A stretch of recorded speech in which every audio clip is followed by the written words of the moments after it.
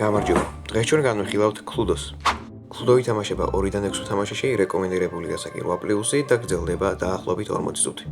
პერსონაჟის აღნიშნული ფიგურები ბორდზე მათთვის განკუთვნილ ადგილებზე უნდა განათავსოთ. არ აქვს მნიშვნელობა მოთამაშეების რაოდენობას, 6-ვე ფიგურა უნდა იდოს ბორდზე. თამაშს მოყვება 6 სახის განსხვავებული იარაღი, რომლებიც რენდომად უნდა გავანაწილოთ ბორდზე აღნიშნულ ოთახებში. თამაშს ასევე მოყვება კარტები, რომლებიც იყოფა 3 ნაწილად. ეს არის პერსონაჟის კარტები, იარაღის კარტები და ოთახების აღნიშნული კარტები. მოცემული დასტები კარგად უნდა ავჭეხოთ, მათგან თითო კარტი ამოვიღოთ და დაფარულად კონვერტში მოვათავსოთ. ამის შემდგომ კი კონვერტი ბორდის შუაში დავდოთ. დარჩენილი კარტები ერთმანეთს შევურიოთ და კარგად ავჭეხოთ.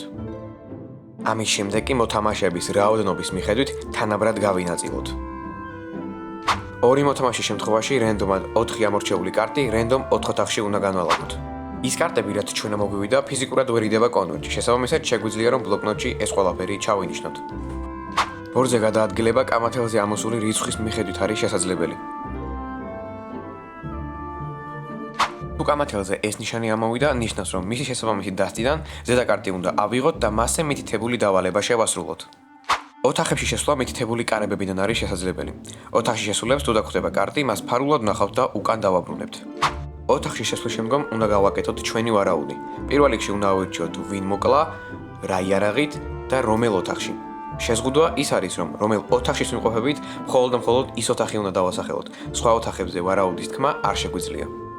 თუ ჩვენი დასახელებული 3 კარტიდან ჩვენს მარცხნივ ჯომს ერთი მაინც აქვს, ის იძულებულია ჩვენის ფარულად გვანახოს. ხოლო თუ ამ 3 კარტიდან არც ერთი არ აქვს, მაშინ ჩვენ კარტს მის მარცხნივ ჯომი გვანახებს. გამარჯვებულია ის, ვინც პირველი გამოიცემს კონვერტში არსებულ 3 კარტს. გახდი ნამდვილი დეტექტივი და მოიგი კლუდო.